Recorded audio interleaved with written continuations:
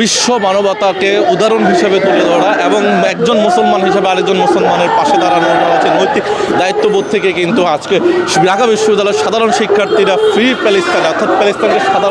স্বাধীন রাষ্ট্র হিসেবে ঘোষণা দেওয়ার জন্য কিন্তু আজকের এই কর্মসূচি নিয়ে হাতে নামেছে এবং তারা তাদের বিক্ষোভ কর্মসূচি পালন করছে এবং বিক্ষোভ মিছিল নিয়ে এই মুহূর্তে দাবি যে টিসি এলাকায় তারা রাজপথে নেমে এসছে এবং সেখান থেকে তারা বারবার বলছিলেন যে ইসরায়েলে যে আগ্রাসন চলছে ফিলিস্তিনের উপরে এবং যে হাজার হাজার নারী ও শিশুকে হত্যা করছে এবং সেই হত্যার প্রতিবাদ জানাচ্ছে এবং জাতিসংঘের প্রতি তাদের আহ্বান জানাচ্ছেন বিশ্ব শান্তির প্রতিষ্ঠার জন্য এই যুদ্ধ বন্ধ ঘোষণা করা এবং একই সঙ্গে তাদের এই শিক্ষার্থীদের সঙ্গে সাধারণ শিক্ষক থেকে শুরু করে বিভিন্ন শ্রেণী পেশার মানুষ কিন্তু এখানে যুক্ত হয়েছেন এবং তারা তাদের এই কর্মসূচি বাস্তবায়নের লক্ষ্যে কিন্তু ইতিমধ্যে সারা বিশ্বকে জানান দিতে ঢাকা বিশ্ববিদ্যালয়ের সাধারণ শিক্ষার্থীরা ফিলিস্তিনের পক্ষে রয়েছেন এমনটাই হচ্ছে মত দিয়েছেন।